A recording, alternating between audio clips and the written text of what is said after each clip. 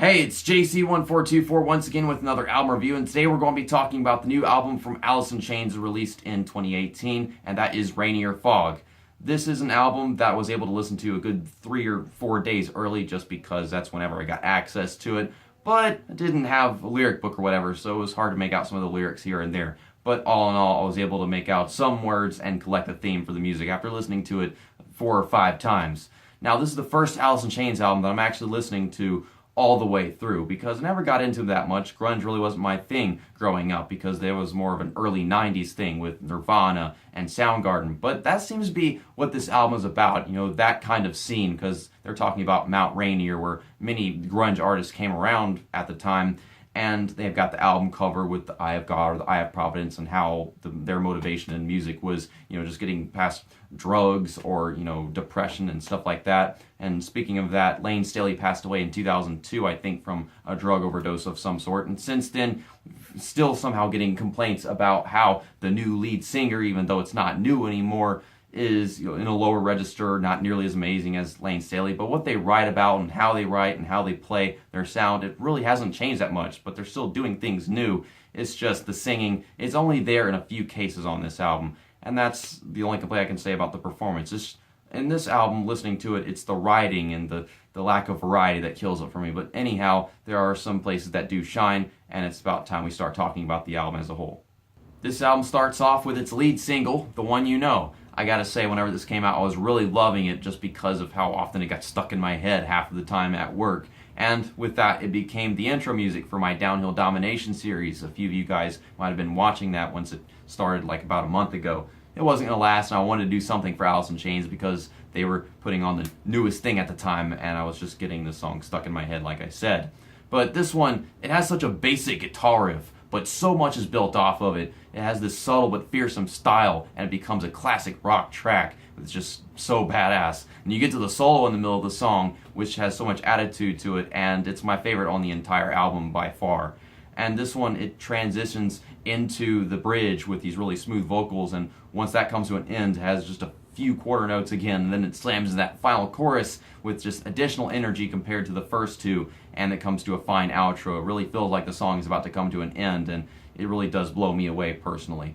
Now, this song was left to be thought about in open opinion rather than just everybody saying that they listen to the song and they think about what the artist made of it. He doesn't even know exactly what the song is about because of the way he wrote it. But for me personally, I think about how we all have this part in ourselves that only we know. And I think about how it doesn't matter whenever we die, because we can't miss that part of ourselves that only we knew because we're gone, and no one else can say that they knew that part. They only knew the part that we put out.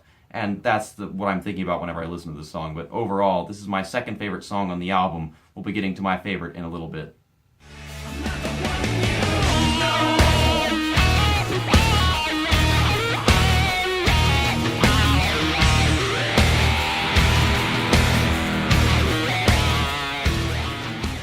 The title track was the second song on the album. That is, of course, Rainier Fog. This one seems to be about achieving local popularity back at home. And for all those artists back in the 90s in the grunge scene that were achieving success just locally, I'm pretty sure that is something very relatable. And by making the title track, it means that much more to the artist. It's a really fun song with this great party vibe guitar that it has in the background. Whenever you get into the interlude, it's got these sexy vocals that have this great finesse to it. As you get to that final chorus, the drums come in and really climax it off.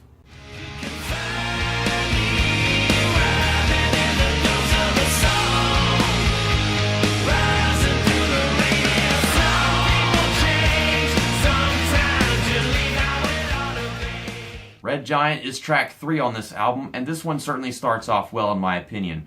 At first, it's like, wow, this is a cool sound and everything, but what really kills it for me is the fact that it doesn't really go anywhere musically. If you compare it to track 1, The One You Know, which this one actually reminds me of just because of its pace and the style it has, it's similar, but it's a lot less impressive in that sense. Like, it starts off with this cool sound, but it doesn't get amazing. It doesn't give you these chills. It doesn't freak you out whenever you go through a really awesome chorus or a different bridge. This song, the only thing that keeps me from considering it a 6 out of 10 is the fact that it has a really nice solo.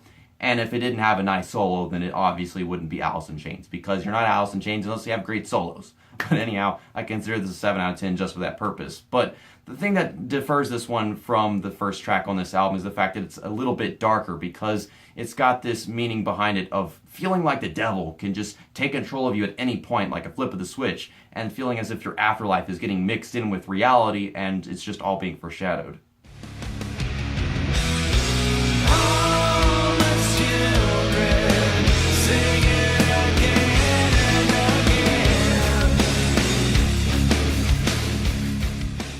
I really cannot unhear A Perfect Circle making grunge music at the beginning of the year after listening to this song. It sounds so similar to that one just because of the vocal style. So that's something that I really noticed here, is how similar their styles are. You don't notice until you hear them making the same kind of music. But this song right here reminds me of their song Delicious.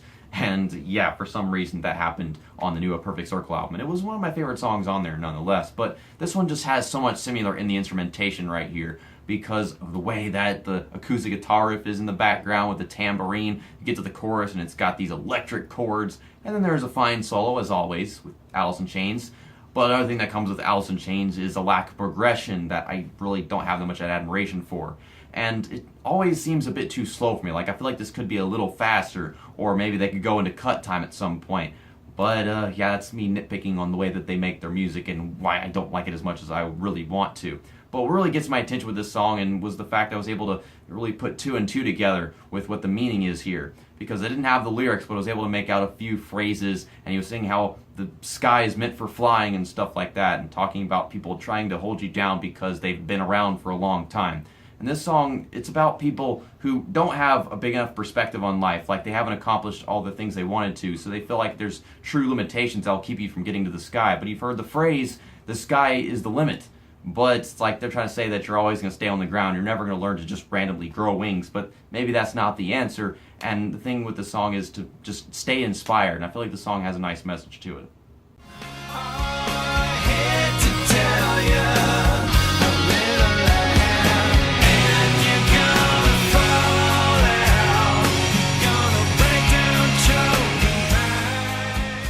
The fifth song on the album is Drone, and this one is easily the best song on the album for me just because it's groovily written in thirds with tons of evolution in the guitar. It starts off with these really short riffs which become elongated, and then you get to the chorus, which these sassy chords in the background. And all along, the first chorus and the second chorus, they feel like they're so similar and they come to a stop and there's nothing that different about them. But after the second chorus, you just enter this interlude which is in cut time, and I was blown away the first time I heard it because it was like, wow, this is so interesting. It was a really great artistic choice.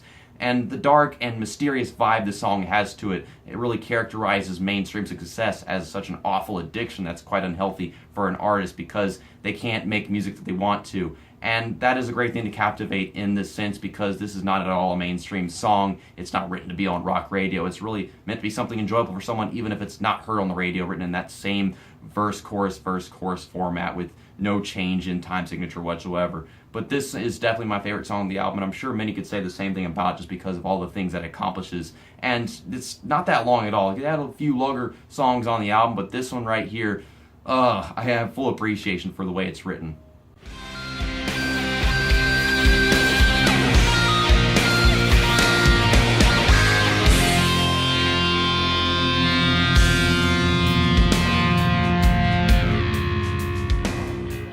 Track 6 is Deaf Ears, Blind Eyes, and this song, though it does grow a little bit towards the end, for the most part I find it to be very monotone start to finish. It doesn't evolve very much in terms of sound. It always stays low and slow in terms of pitch and speed, and I can't really get into it that much because it's a pretty long song that drags along quite a bit. The only thing that I really like about it that much is that during the verses, this redundant guitar riff, sadly, has these little touches in the background that keep me more inspired to listen to it, I suppose. But other than that, this song, it does have a nice meaning to it, but the fact that it's a rather depressing meaning about this character, who, if you look at the title, it says Deaf Ears, Blind Eyes with no comma. It's meant to be about a character who feels like their senses are dulled and they're dazed and confused. They feel either mentally dumb or ignorant, not being able to answer simple questions in their life. See, I understand that, I've interpreted it, but in the end, it's just so depressing and slow, and it's just not my kind of thing. I don't know how many songs by Alice in Chains have done this, but this one, it's one of my least favorites on the album, and I definitely consider it a skippable track. Pass by the window.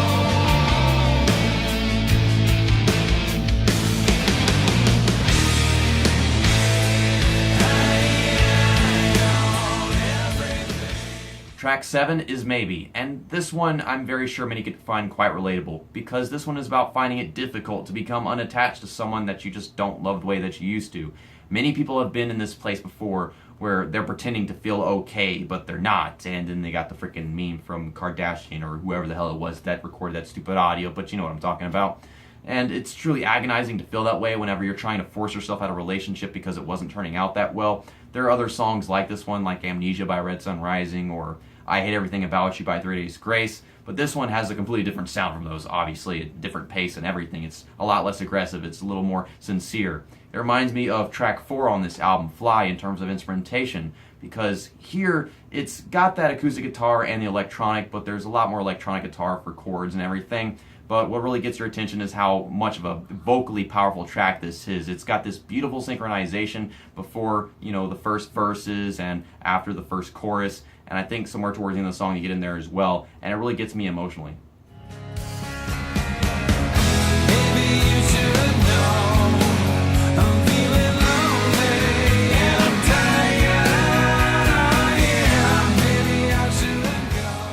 Track 8 is So Far Under. This was the second single for the album. Whenever I first heard this, I wasn't that much into it, but the catch here is the fact that after listening to it multiple times so I can develop a familiarity with it and gather notes for the album review, this is my least favorite song on the entire album, and it's like it grew further away from me, if anything. And the reason why is because the guitar riff in this song is something that I'm not that into, but it doesn't go anywhere. It's just the same thing over and over again. It doesn't, really change in anything else. But then you get to the pre-chorus and it feels like it's going to get somewhere. There's differentiation in terms of energy, and it builds up to the chorus, but then the chorus is just so far under, so depressing, extremely dark, and it's a song about, going numb from drugs and having hallucinations and stuff.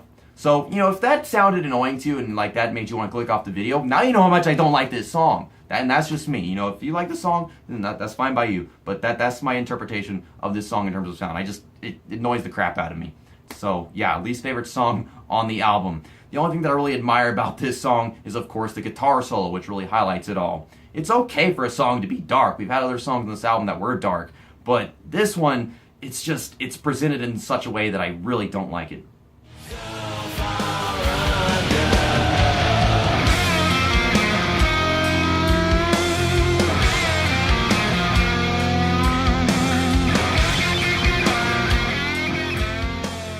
My anticipation for this album was certainly increased after listening to the third single, which is track 9 here, Never Fade.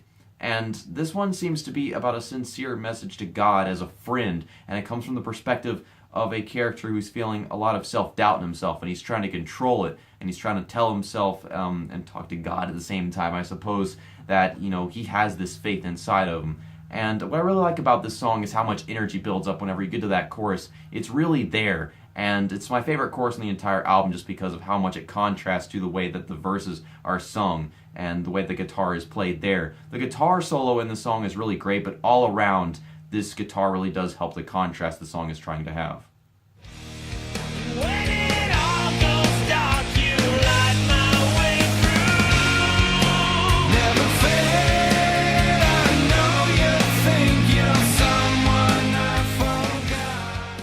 The album closes off with track 10, which is All I Am. And this one really seems to come off as a outro track. It seems as if it really belongs here just because of the sound it has to it, the time signature. It's a really slow one, and it does seem to drag a bit. It comes off as a really stretched out song, like it could have been shorter, like they didn't really keep it brief, but it is an outro song, so maybe it should be that way at the same time. It's by no means like one of my favorite songs on the album or anything, but it ends the album well nonetheless. It has one of the greatest vocal performances here in my opinion, just because of how much emotion is put into it and how well it's brought out from the instrumentation. And it's all singing about this character who feels as if a beautiful part of his spirit has been worn away over time, and he wants to value it the way that he used to, but it's just not there. It's as if over time he's become a different person. He wishes he was the person that he was back in the day. Now, if there's anything else I could say about this song, is that the basic description for the instrumentation here is that it has these melodies and the way it's played with the acoustic guitar in the background. It's so much like Fade to Black by Metallica, and I love that song. That is like one of my favorite songs by Metallica of all time. And now it never gets thrash metal, but that calm part, that's what this whole song seems to be. And if you think about Fade to Black except never really going anywhere, then yeah, that's like the basic description of that song for me. I'd say that Alice in Chains is still getting it done very well in 2018. Though part of this album was a little too repetitive to me, and there were some parts where the lyrics were slurred and I couldn't comprehend what was being sung that well, there was a good half of Rainier Fog that was quite brilliant for me. And I'll give this album an 81%. So I'd like to thank you guys for taking the time to watch and listen to me talk about this album in depth. And it's kind of good for me to be just, being so involved in music these days and taking notes and everything and listening to an album multiple times, because I can be more familiar with the artist's music, because otherwise, if I wasn't doing all this stuff, I wouldn't feel the need to listen to a whole album by Alice in Chains after all these years of not doing so. So, even if I don't like some songs, at least I know which ones I like more, and, I know more about the artist, and that's a good thing in the end. Whether it's a different opinion, I can say that I'm very really familiar with the artist. So, yeah, thanks again. See you next time. That's that. And album review over. On your